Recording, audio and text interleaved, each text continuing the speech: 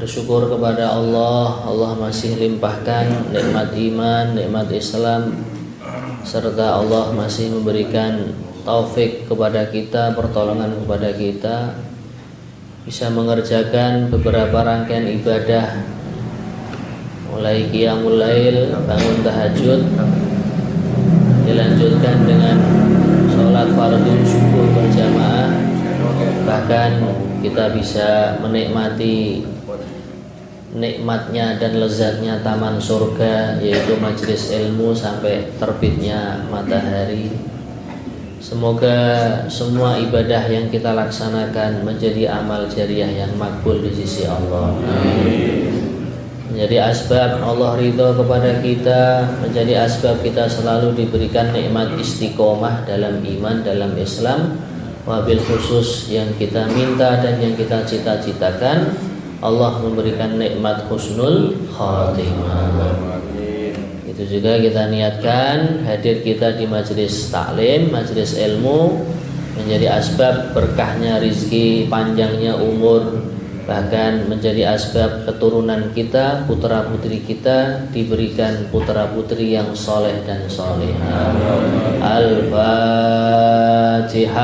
A'udzu billahi minasy syaithanir rajim. Bismillahirrahmanirrahim. Alhamdulillahi rabbil alamin. Ar-Rahmanir Rahim. Maliki yaumiddin. Iyyaka na'budu wa iyyaka nasta'in. Ihdinas siratal mustaqim. Siratal ladzina an'amta 'alaihim ghairil maghdubi 'alaihim waladdallin.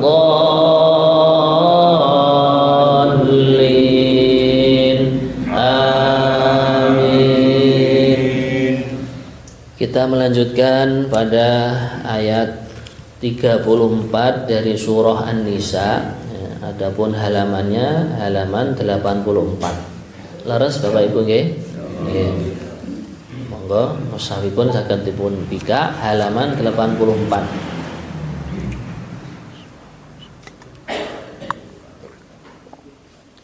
A'udzu billahi minasy syaithanir rajim. A'udzu billahi minasy syaithanir rajim. Bismillahirrahmanirrahim.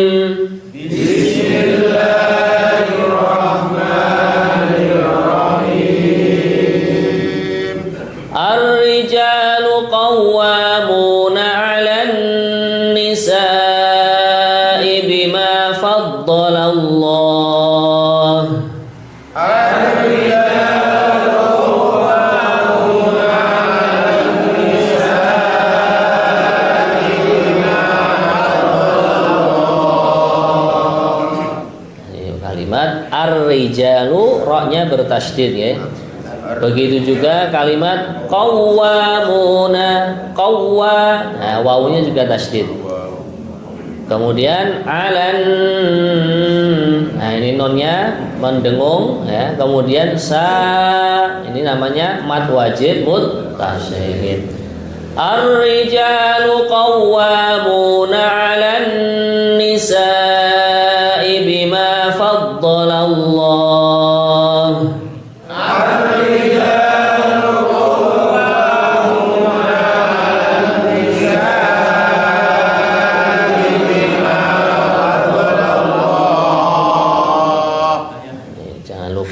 Faddo ya, dotnya kita tunaikan tasdidnya okay?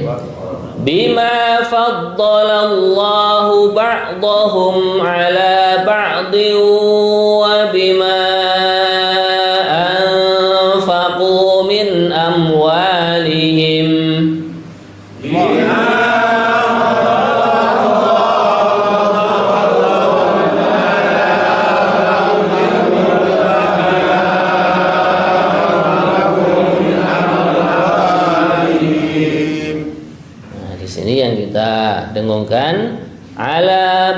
ba'dhi. Nah, diu ada tanwin ketemu wawu, namanya idgham bihunna. Kemudian wa bima ma. Nah, kalau di sini namanya mad jaiz munfasil karena hamzahnya di lain kalimat. Kemudian anfaqu. Nah, nun mati ketemu fa adalah ikhfa. Kita dengungkan. Bima faddalallahu ba'dahum ala ba'din wa bima anfaqu min amwalihim.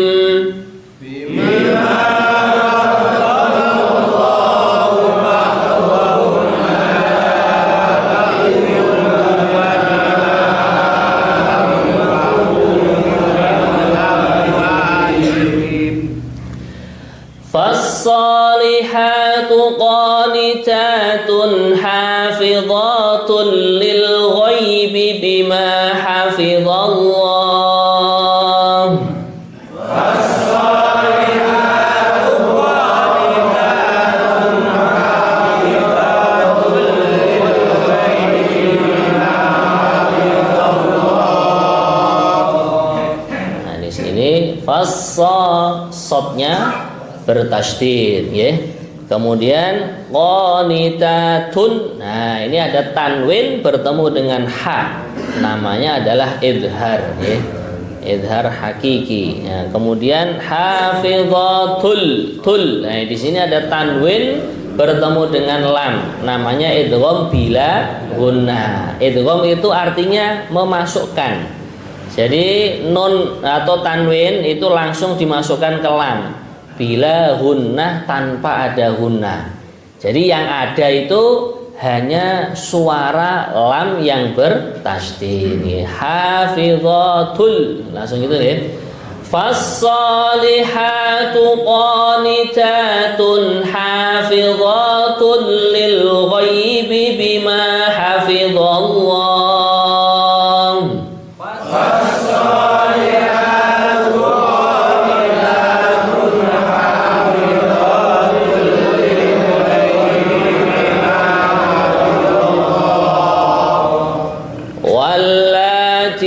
Takhafuna nushuzahunna fa'iduhunna wahjuruhun.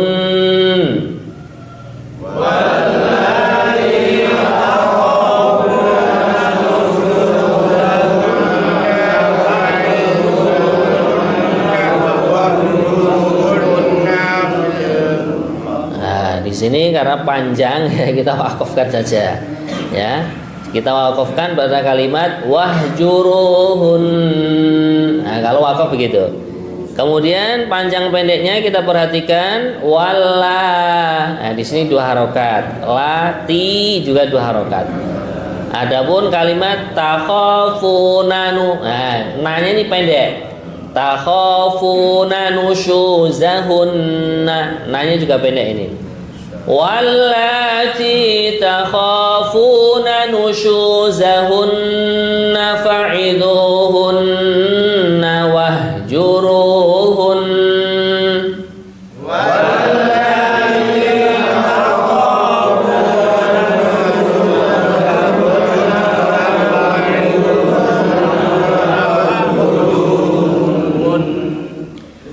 Wahjuruhunna fil madaji'i wadribuhun.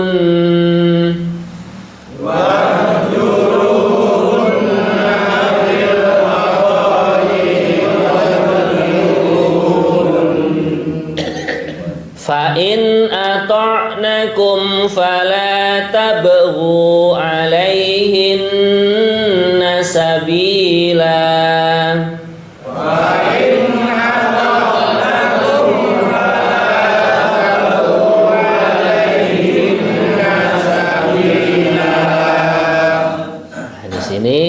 Fa'in non mati ketemu hamzah, namanya idhar.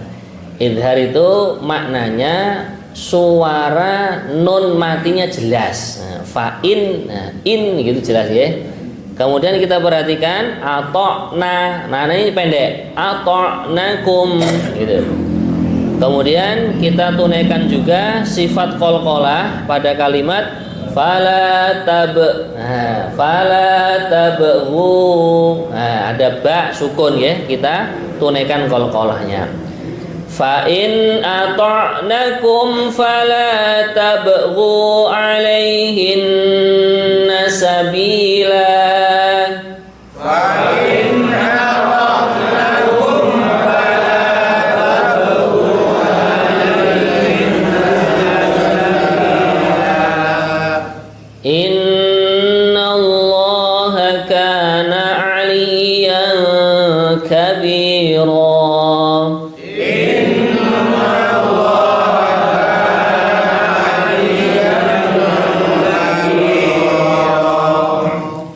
Wa in khiftum shiqaqa bainihima fab'athu hakaman min ahlihi wa in khiftum shiqaqa bainihima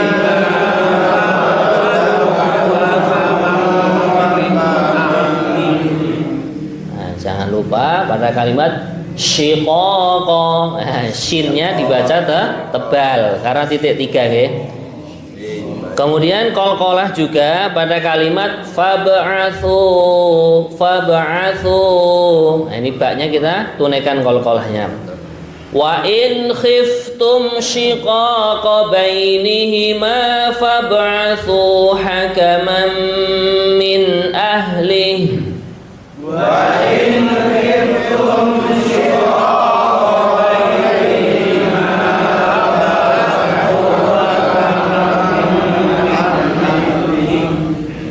hakaman min ahlihi wa hakaman min ahliha.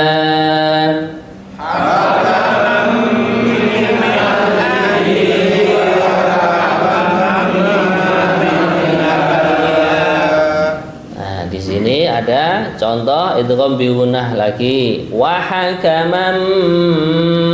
Nah, tanwin bertemu dengan mim ya. Kita tunaikan dengungnya. Hakaman min ahlihi wa hakaman min ahliha. Hakaman min ahlihi wa hakaman min ahliha. In yurida islahan yuwaffiqillahu bainahuma.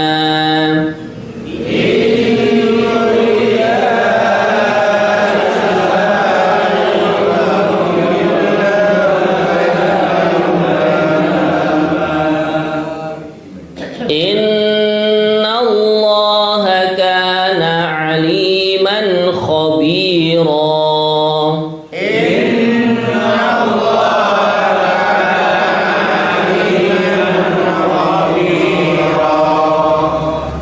Ini yang kita dengungkan hanya nunnya ya, nun yang bertasydid.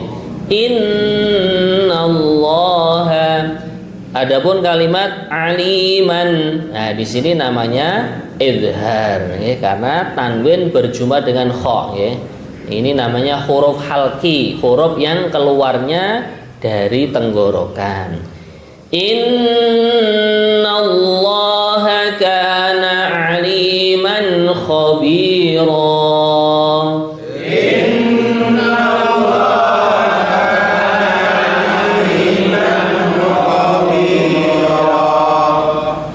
Wa'budullaha wa la tusyriku bihi syai'an wa bil walidaini ihsana.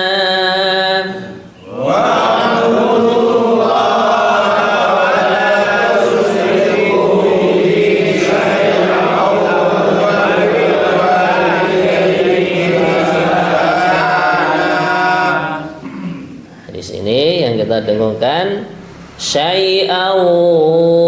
Nah, ada tanwin bertemu dengan wawu. wa'budullaha wa la tusyriku bihi syai'an wa bil walidaini ihsana.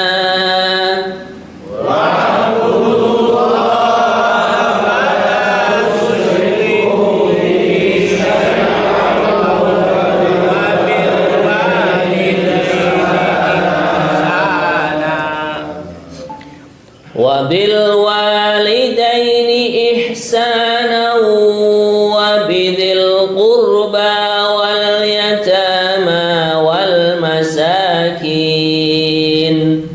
Wabil walidaini ihsana wa bidil qurba wal yatama wal masakin wal jari dzil qurba wal jaril junubi was sahibi bil janbi wabnis sabil wal masakin wal jaril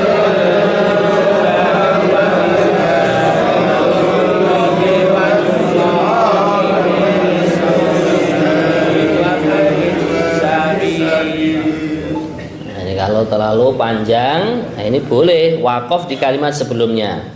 Jadi kita contohin ya. Wal masakini wal jari dzil qurba wal jaril junub.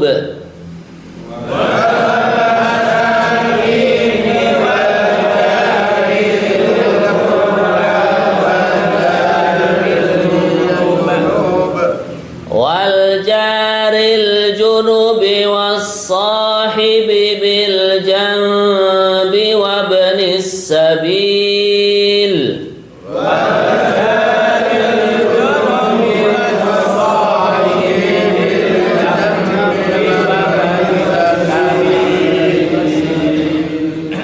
Wabnis sabili wa ma malakat aymanukum.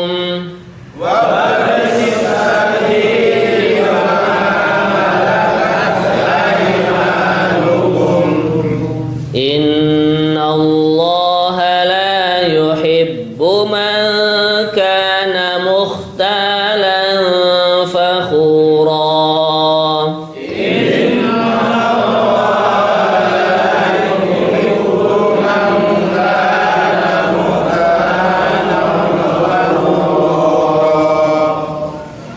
Alladzina yabkhaluna wa ya'muruna an-nasa bil bukhl. Alladzina yabkhaluna wa ya'muruna an-nasa bil bukhli wa yaktumuna ma atahumullahu min fadlihi.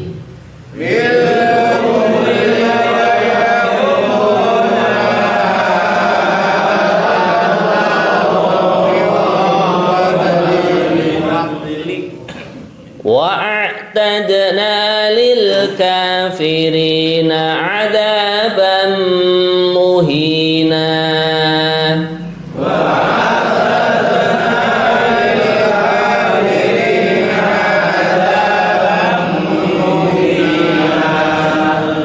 Ini di kalimat ini juga ada qalqalah ya.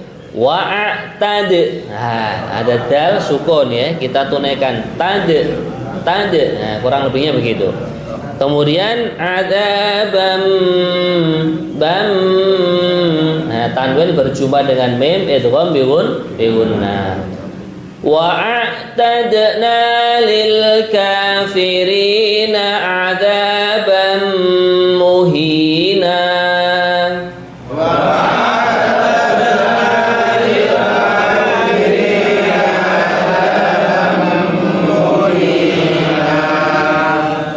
Shadaqallahul azim.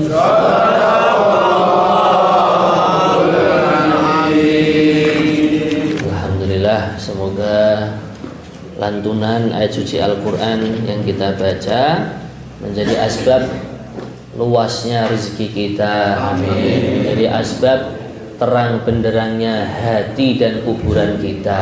Amin. Kita akan bahas atau jelaskan makna dan juga tafsirnya. A'udzu billahi minasy syaithanir rajim. Bismillahirrahmanirrahim. Ar-rijalu qawwamuna 'alan nisa'i bima faddala Allahu ba'dahum 'ala ba'din wa bima anfaqu min amwalihim. Yang artinya laki-laki atau suami itu pelindung bagi perempuan atau istri. Karena Allah telah melebihkan sebagian mereka laki-laki yaitu atas sebagian yang lain atau perempuan.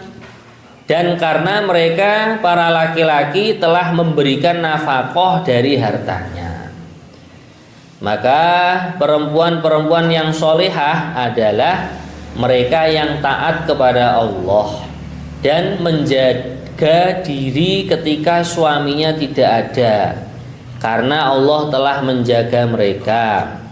Perempuan-perempuan yang kalian khawatirkan akan nusyuz, hendaklah kalian memberikan nasihat kepada mereka. Tinggalkanlah mereka di tempat tidur atau pisah ranjang, dan kalau perlu pukullah mereka. Tapi jika mereka menaatimu, maka janganlah kalian mencari-cari alasan untuk menyusahkannya. Sungguh Allah Maha Tinggi lagi Maha Besar. Jadi ayat ini menerangkan ya, ar-rijalu qawwamuna 'alan nisa. Allah menjelaskan dalam ayat ini kewajiban seorang laki-laki atau seorang suami kepada istrinya. Begitu juga kewajiban seorang istri terhadap suaminya. Lah, di antaranya apa hadirin hadirat yang mulia? Qawwamuna di sini qaimuna 'alaihinna bil amri wan nahyi. Jadi kewajiban suami itu melindungi istri, melindungi dari bahaya dunia dan akhirat. Bahaya dunia, misalkan ya, istrinya kedinginan, dia ditumbahke selimut. Ya. Bahaya dunia tentang kesehatan, kok istrinya sakit, sing jaler nggih kedah ngobatke. Nah, ini ada beberapa perincian sebenarnya. Tapi secara umum namanya laki-laki mengayomi istri. Menjaga istri dari kesengsaraan akhirat. Di dalam ayat yang lain Allah Subhanahu wa taala berfirman, ya ayyuhalladzina amanu qu anfusakum wa ahlikum naro. Wahai orang-orang yang beriman, kalian semua jagalah diri-diri kalian semua, wa ahlikum dan juga keluarga kalian semua, jagalah mereka dari siksaan api neraka. Nah, terus para bapak ya, para suami itu berkewajiban mengingatkan istri supaya sang istri dan keluarganya, anak-anaknya tetap menjaga agama Allah Subhanahu wa taala.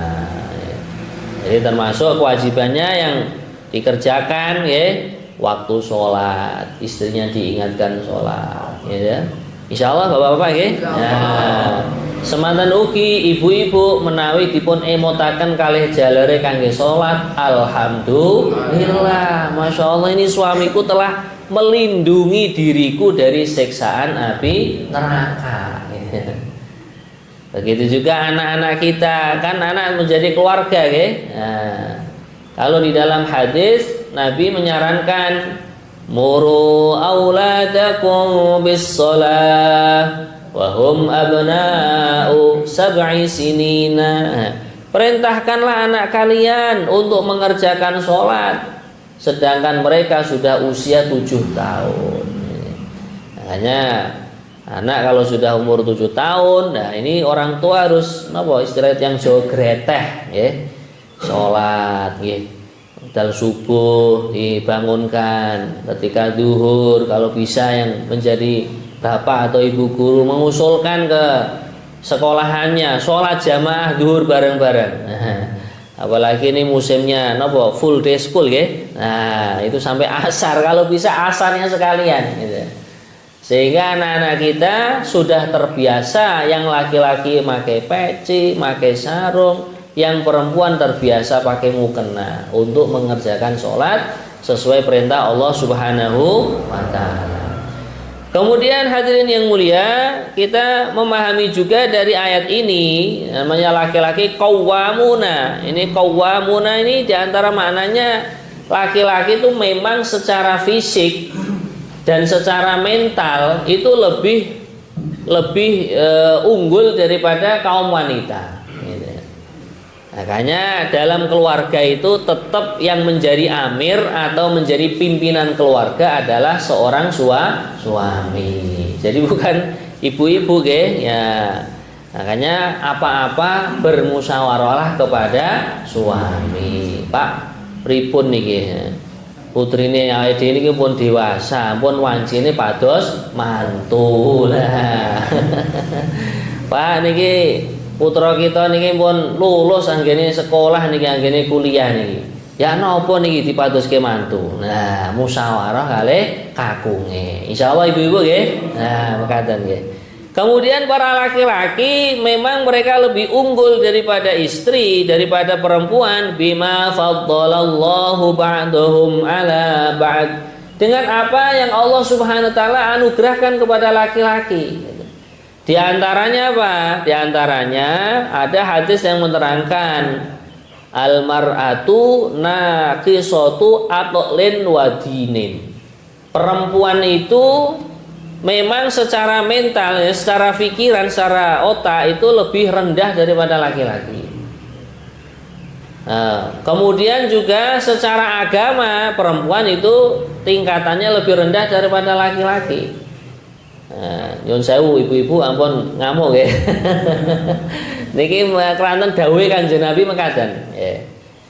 Lah, termasuk secara akal kok lebih kurang daripada laki-laki. Dalam Islam itu tidak boleh yang namanya qadhi yang memutuskan perkara gitu. Atau mufti yang memberikan fatwa, itu dari perempuan tidak ada.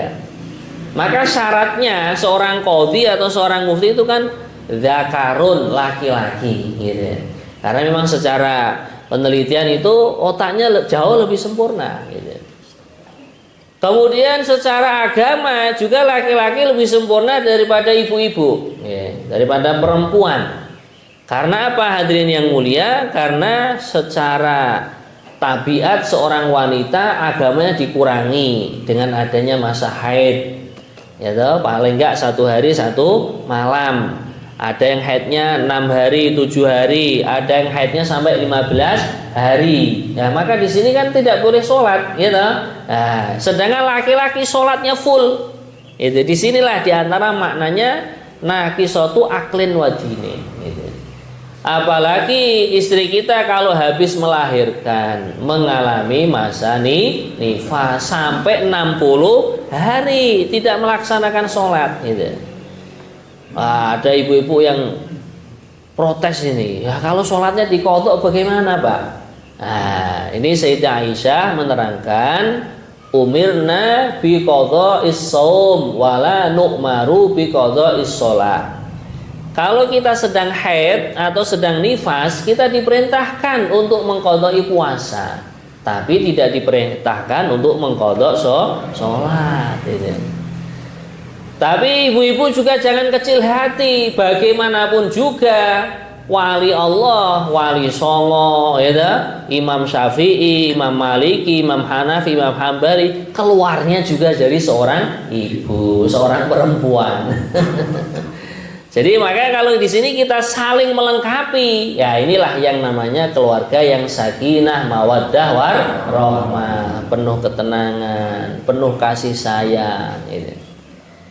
Kemudian hadirin yang mulia, termasuk fadilahnya seorang laki-laki atau suami kok lebih unggul daripada istri. Wa bima anfaqu min amwalihim, karena para suami kerja banting tulang peras keringat gitu. Paribasane napa? Kepala dijadikan kaki, kaki jadikan kepala gitu. Mencari nafkah, mencari rizki yang halal untuk mengayomi, mencukupi keluarganya. Maka di sini laki-laki yang bekerja, ya, laki-laki yang mencari nafkah, mencari duit untuk mencukupi kebutuhan keluarga. Apa nggak boleh Pak perempuan kerja? Boleh. Nah, di zaman Nabi itu juga ada yang kerja itu, gitu. Nah, di antara yang diarahkan Nabi, sebaik-baik pekerjaan perempuan adalah menjahit. Nah, makanya itu bagus sekali ya, bikin garment, nah, bikin konveksi. Nah, ini penjahitnya perempuan semua. Nah, nanti kalau pas waktu sholat duhur, semuanya isoma, istirahat, sholat dan makan. Sholatnya berjamaah lagi. Gitu. Nah, maka di sini hadirin yang mulia. Nah, maka Allah Subhanahu wa taala melanjutkan, ini Masya Allah ayat ini tentang keluarga ini. Fassolihatu qanitatun, ini wanita solihah itu yang bagaimana adalah qanitatun, yang manut, yang taat, yang patuh terhadap agama Allah. Nah, maka bapak-bapak harus punya strategi gimana supaya istriku itu manut dengan perintah Allah. Masya Allah. Masyaikh kita, guru kita sudah memberikan saran di rumah buat yang namanya amalan taklim. Insyaallah ya. Nah, ini istri kita dengarkan firman Allah. Kita usahakan mendengarkan nasihat dari baginda Rasulullah. Sepakatan mungkin habis isya atau habis subuh atau habis asar, kapanlah waktu yang longgar itu. Supaya istri-istri kita manut, taat, patuh perintah Allah. Masya Allah, sudah ada majelis mingguan. Nggih, wonten Pak Haji nggih. Nah, taklim ibu-ibu nggih. Nah, Sabtu pagi. Nah, kemudian di pondok kita juga ada yang sifatnya lapanan. Nah, Ahad Kliwon. Nah, ini supaya ini hadirin yang mulia, supaya ibu-ibu kita atau istri kita mendengarkan nasihat agama, mendengarkan tausiah agama. Oh, kewajibanku seperti ini. Oh, hak-hakku seperti ini. Ya. Lah termasuk wanita solihah itu apa? Manut kepada suami. Ya, maka yang sewu kalau bapaknya itu saking sibuknya kerja, nyari nafkah, nyari duit untuk keluarganya, ibunya kok dimintai sedikit pekerjaan, sedikit mawon ya. Minta untuk nyetekan magicomnya, diminta untuk nyetekan mesin cucinya. Nah, ini hendaklah seorang istri juga manut. Gitu. Akan tapi suami juga punya prinsip. Nah, kalau semua pekerjaan bisa ditandangi oleh suami itu lebih baik. Itu yang jantan betul ya seperti itu. Ya kan gambil mawon toh. Nah, misalkan begini. Waktu jam 3:30, nah sudah mulai baju dimasukkan, dicetekkan mesin cucinya, beras dicuci, dimasukkan magicom, dicetekkan, tinggal sholat tahajud. Allah. Jadi nasi yang dimasak oleh bapaknya tadi apa? Diwiriti, dizikiri ketika sholat tahajud. Nah, sehingga apa?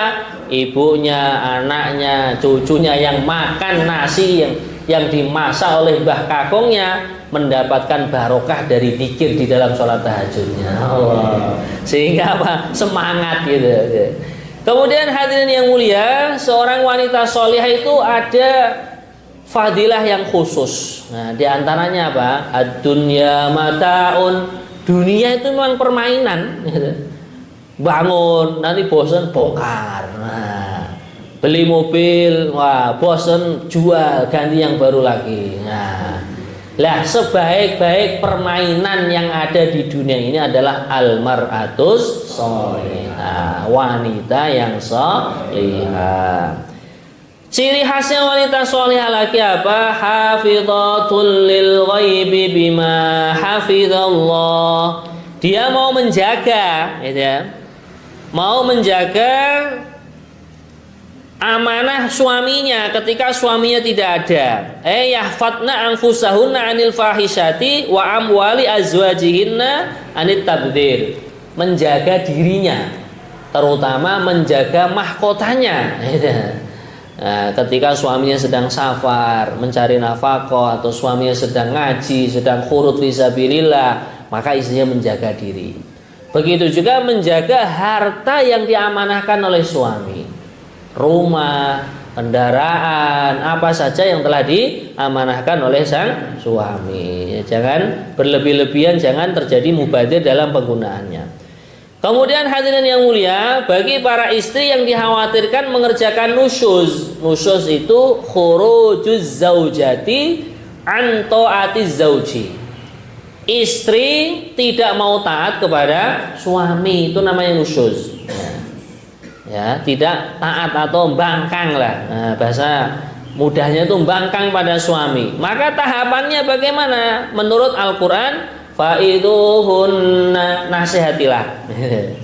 Nasihati, diajak makan sate tawang mangu. Wah, gitu. Pak Mur ya. Lah sambil nyate sambil dinasehati. Pripun ibu-ibu, cocok ngoten nggih? Nah. Fa'iduhunna, dinasehati, gitu.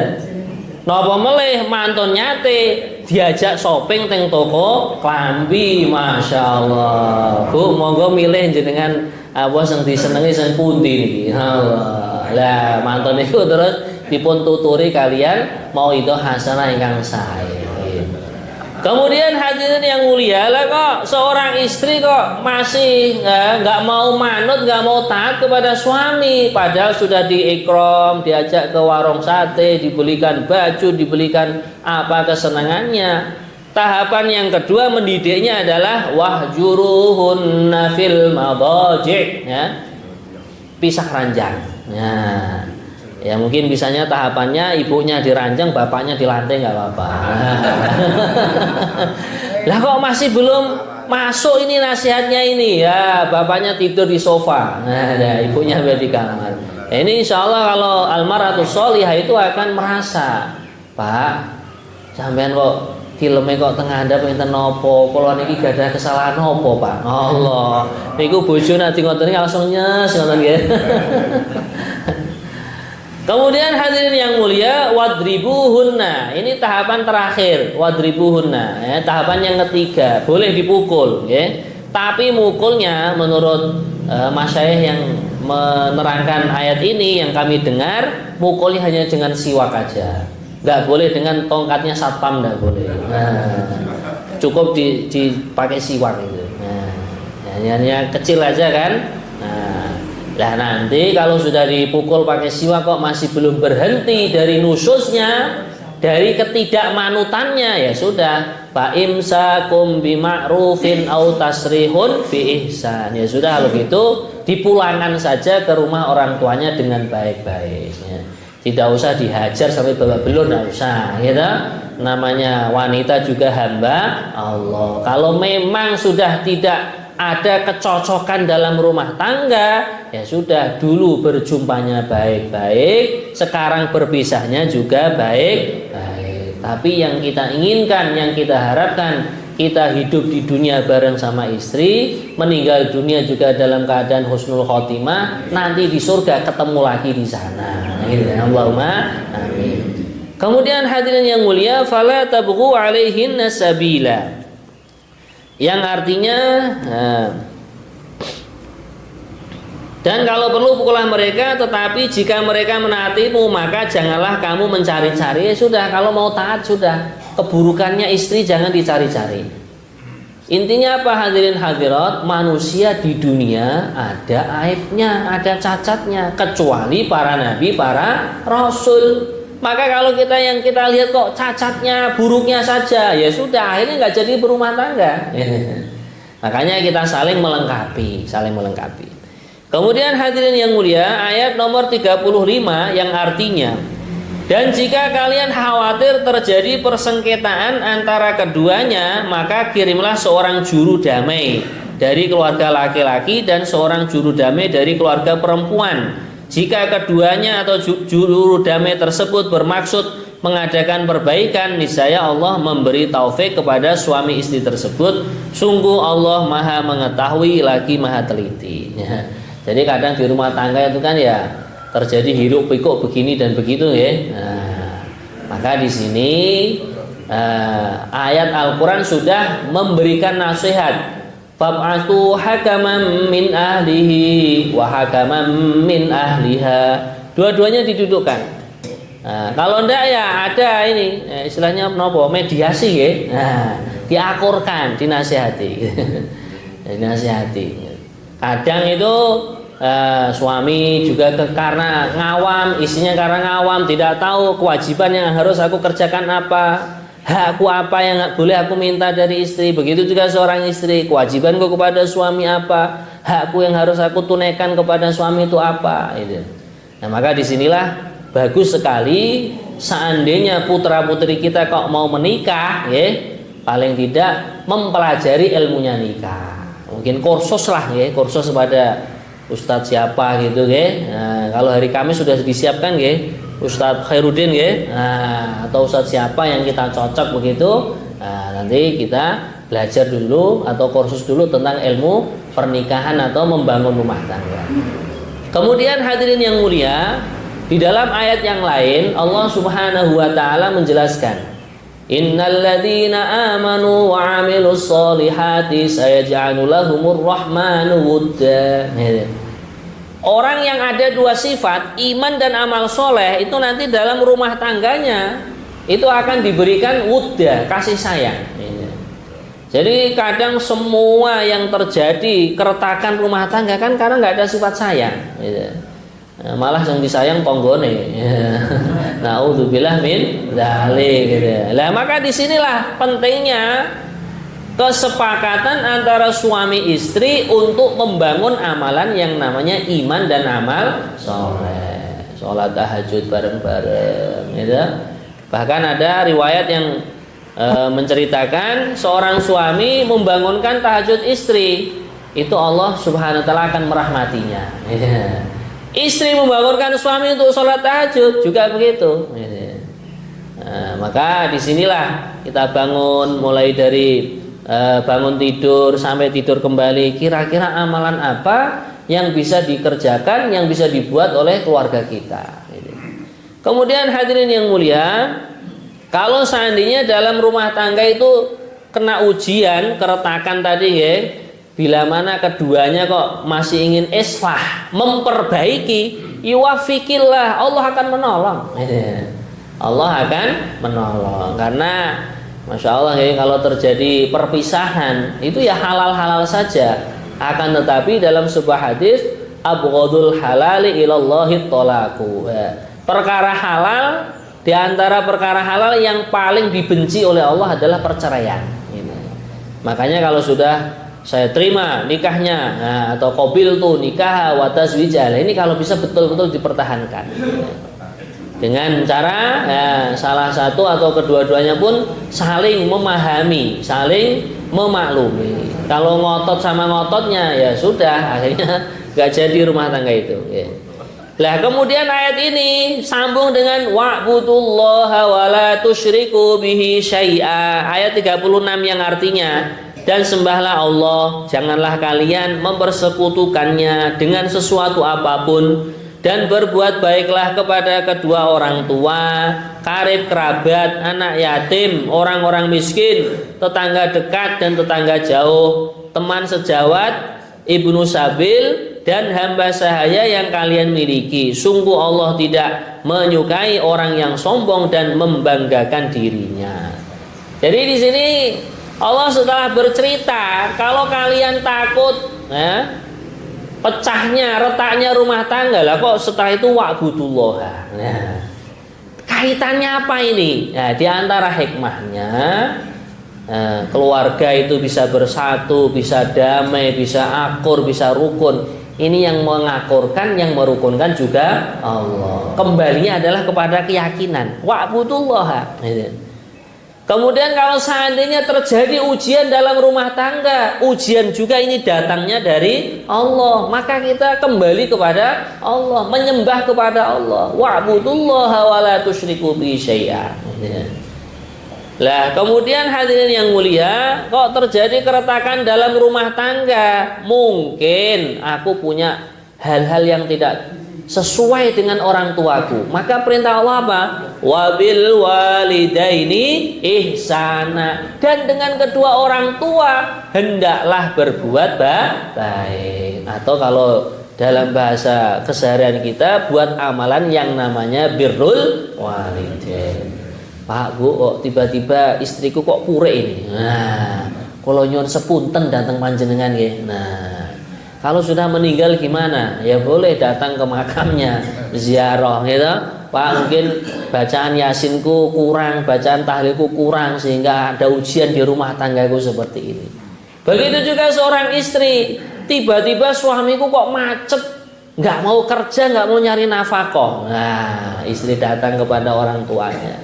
Aku doakan putrimu, ini ada ujian begini begitu, minta didoakan. Maka sebagian masyayikh itu mengatakan, kalau orang itu ingin barokah, melimpah ruah urusan rezekinya, hendaklah berbuat amalan yang namanya birrul walidain. Kemudian hadirin yang mulia, dengan kerabat juga berbuat baik, wal yatama, anak yatim, sedekah kepada anak yatim. Nah, ini ada uang 100.000 untuk kamu sekolah, kamu buat saku, uang saku. Doakan rumah tanggaku supaya adem, ayem, makmur, tentrem, loh jinawi. Nah, rezekinya banyak. Kalau lebih dibuat ke Mekah, Madinah, dibuat bekal ibadah, buat bekal dakwah, gitu. Kemudian wal jaril kurba, wal jaril junubiyah, tetangga yang dekat, tetangga yang jauh, kerabat dekat, kerabat jauh, kita usaha berbuat yang namanya ihsan, berbuat baik. Wabnis sabil, dan juga mungkin ada orang kehabisan bekal di perjalanan. Nah, kita mungkin bisanya menjamu, makan siang kita jamu. Kalau ada kelebihan lagi, dia mau jalan kemana perlu bekal ongkos kendaraan, ya kita beri semampunya. Wa ma malakat aimanukum, dan hamba sahaya kalian atau orang bawahan, anak buah lah ya.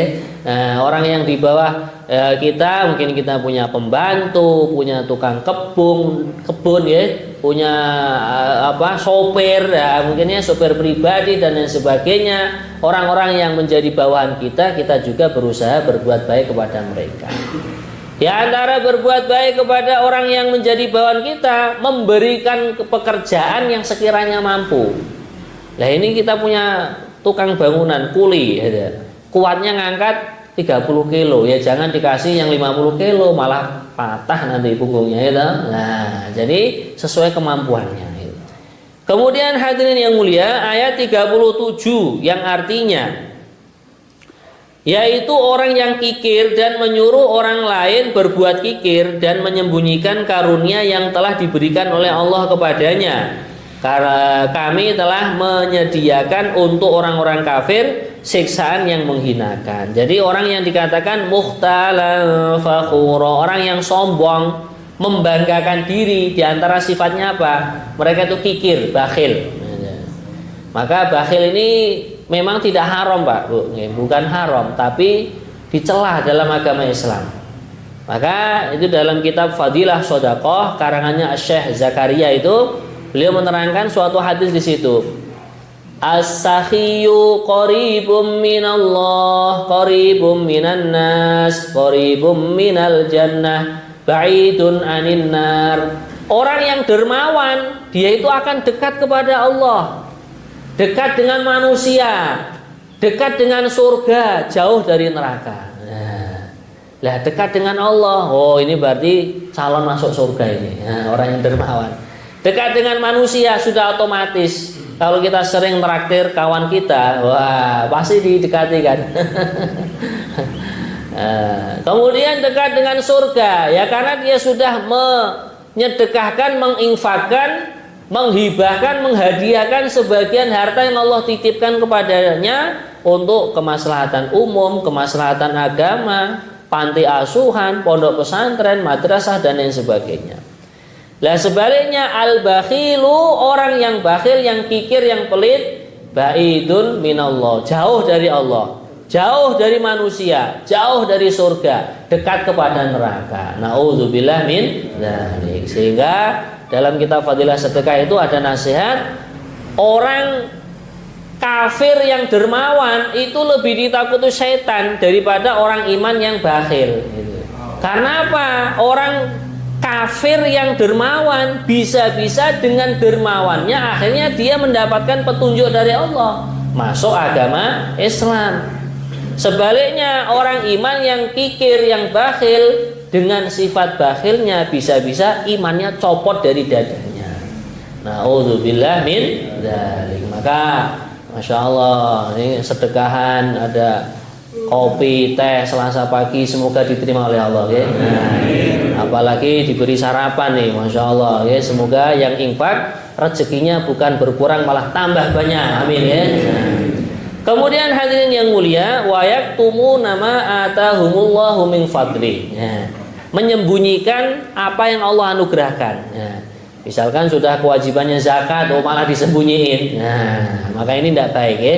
Nah, maka dari itu hadirin yang mulia, sifat-sifat yang buruk ini kita jauhkan, dan sifat-sifat yang baik ini kita amalkan dalam kehidupan kita sehari-hari, insya Allah. Baik, masih ada beberapa menit untuk sesi tanya jawab. Oke, monggo kesempatan pertama untuk ibu-ibu. Dan nuhun saya. Monggo. Kita santrinya Syekh Muklis sama santrinya Nyai Baki dipunaturi Kiai Pinjeng dan malam tanggal 22 Paralisa hari Rabu. Oke, saya ini misalkan dari ini pakai pesan yang pokoknya santrinya nek sing lanang sing wedok padha nyantri ya rono.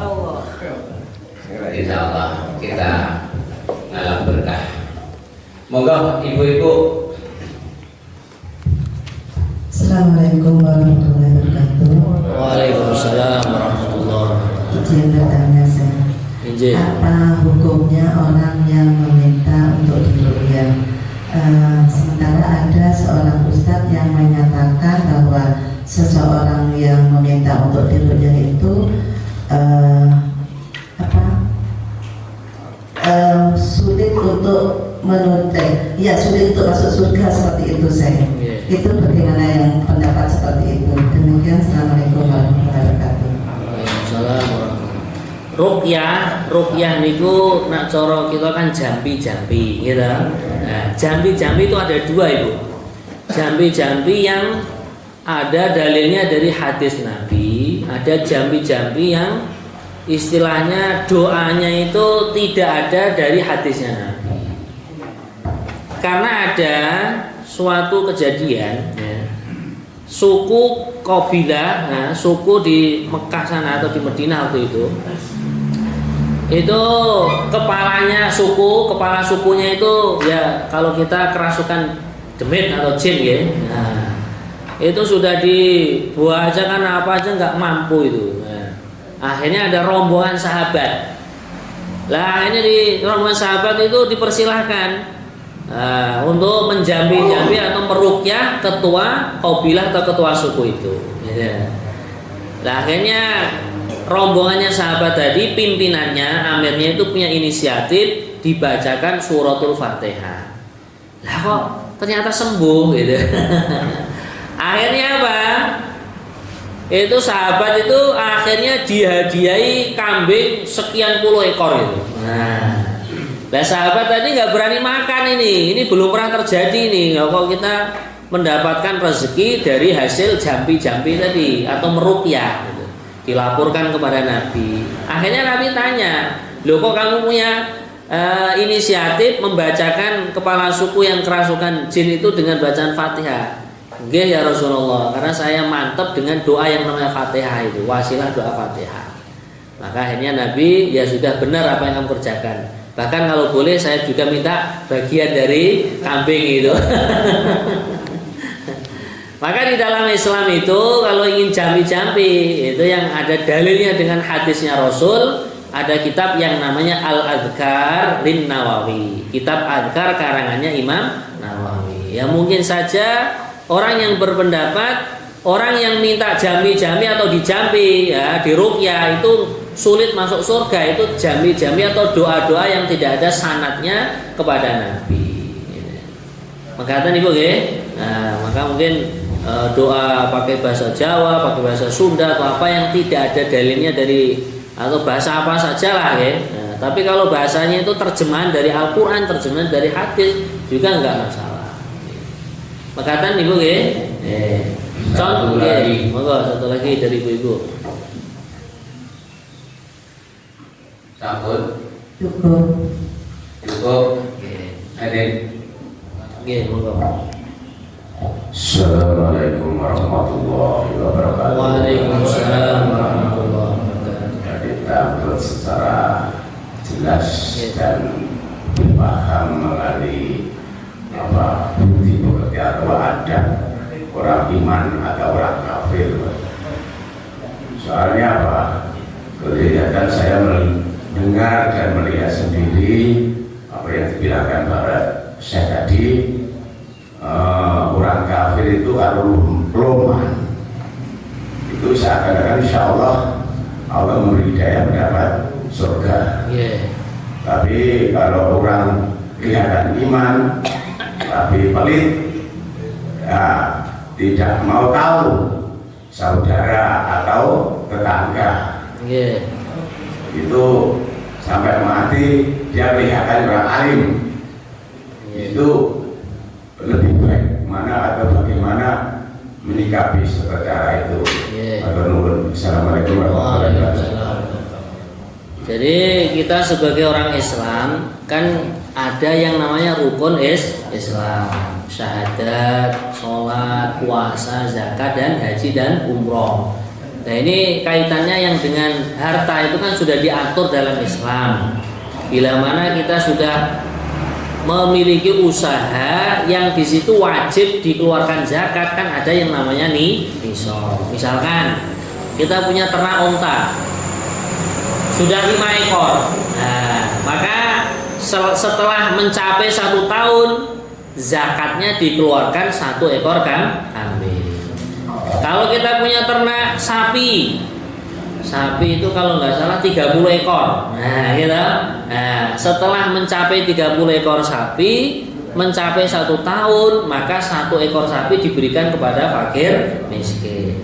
Itu yang wajib. Kalau yang sunnah, nah, yang monggo, yang sunnah itu misalkan pagi hari jenengan mau sedekahan 5 piring nasi pecel juga boleh. Karena sedekah di pagi hari itu sebenarnya ada fadilah khusus. Setiap pagi itu Allah mengirim malaikat, yang mana malaikat itu berdoa, Allahumma a'ti mumfikon kholafa wa mumsikan talafa. Ya Allah, Engkau berikanlah orang yang infak hartanya, Engkau berikan gantinya, gitu ya. Jadi orang yang sedekah kok yakin dengan hadis ini, malah hartanya itu nggak akan habis. Yamhaqullahu riba wa yurbis shadaqat. Allah akan menghancurkan riba dan akan mengembangbiakan yang namanya sedekah. Nah, itu yang sunnah ya. Termasuk yang wajib lagi apa? Kemarin sudah kita bahas. Bagaimana suami kalau mempunyai istri, kalau dia orang kaya memberikan nafkah beras berupa 2 mud. Kalau dia menengah 1 mud setengah. Kalau dia miskin atau muksir, maka paling tidak memberikan beras pada istri 1 mud atau 7 on, gitu. Lah kemudian tentang sedekah ini juga ada kaedahnya. Maka Nabi itu ada seorang sahabat mau meninggal dunia, mau wafat. Ya Rasulullah, aku punya harta ini. Aku akan infakkan semua di jalan Allah. Maka Nabi mengatakan, wabda biman ta'ul. Kamu mulai sedekah itu orang yang di bawah tanggung jawabmu. istrinya, anaknya, mungkin kalau punya ya cucunya, gitu, keponakannya atau saudaranya. Nah disinilah agama Islam mengajari seperti itu. Kemudian juga kita hidup tidak sendirian. Ada yang namanya hukukul jiron, hak-hak tetangga. Hak tetangga diantaranya apa? Kok kita masak enak, baunya itu sampai dicium rumah sebelah. Nah, Nabi mengatakan dalam hadis beliau, perbanyaklah kuahnya. Kalau dia tidak merasakan dagingnya, paling nggak merasakan segernya kuahnya itu. Lah yang namanya tetangga ini siapa? 40 rumah ke depan, ke belakang, ke kanan dan ke kiri, yaitu namanya tetangga. Maka kita mulai dari yang terdekat. Kirang langkung ini mengatakan urusan sodako, kan sudah pernah kita jelaskan juga. Seandainya orang Islam yang Allah berikan kelebihan harta itu mau menunaikan zakatul malnya, zakat harta bendanya, semua orang Islam itu akan kaya. Tidak ada yang naik uduk lagi, nggak ada. Satu rumah punya mobil satu. Nah, maka disinilah perlunya kita terus mendakwahkan, menyampaikan, gitu. Tapi kita juga sebagai seorang hamba, bila mana memang diuji oleh Allah, ekonominya di bawah, ya kita jangan mengharap kepada makhluk, tapi mengharap hanya kepada Allah. Jadi tidak ada yang namanya saling menyalahkan satu dengan yang lain. Kirang langkungipun mekaten. Nggih, monggo pintunipun. Nggih, sampun set ini. Sampun lengkap ya? Nggih. Oke. Kalau yang kurang nanti. Allahumma